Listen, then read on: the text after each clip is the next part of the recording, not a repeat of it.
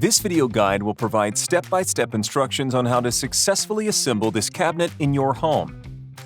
This cabinet measures 17 inches tall by 32 inches wide by 18 inches deep, so be sure to accurately measure the space where you want to install the cabinet before beginning assembly. The box contains everything needed for proper installation, including top, bottom, back, right side and left side panels, brackets, screws, and hex nuts. You will also need a number 2 Phillips screwdriver.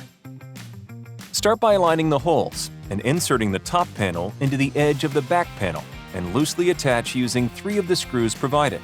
No need to tighten completely until all screws are in place after step 6. Repeat the previous step, but this time insert the bottom panel into the edge of the back panel. Align the holes and loosely attach using 3 more of the screws provided.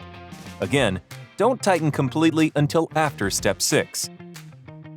Next, align the holes of the right side panel to the outside edges of the top and bottom panels and loosely attach using 6 of the screws provided. Do not completely tighten until after all screws are in place after step 6. Now, attach the left side panel to the outside edges of the top and bottom panels.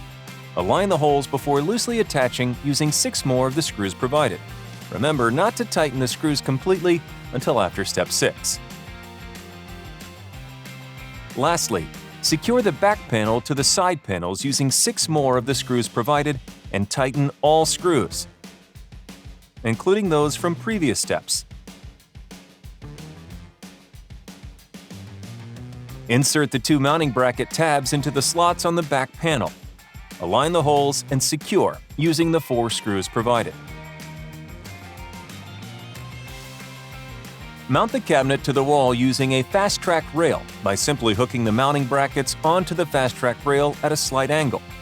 Then slowly lower the cabinet until it is resting fully against the wall.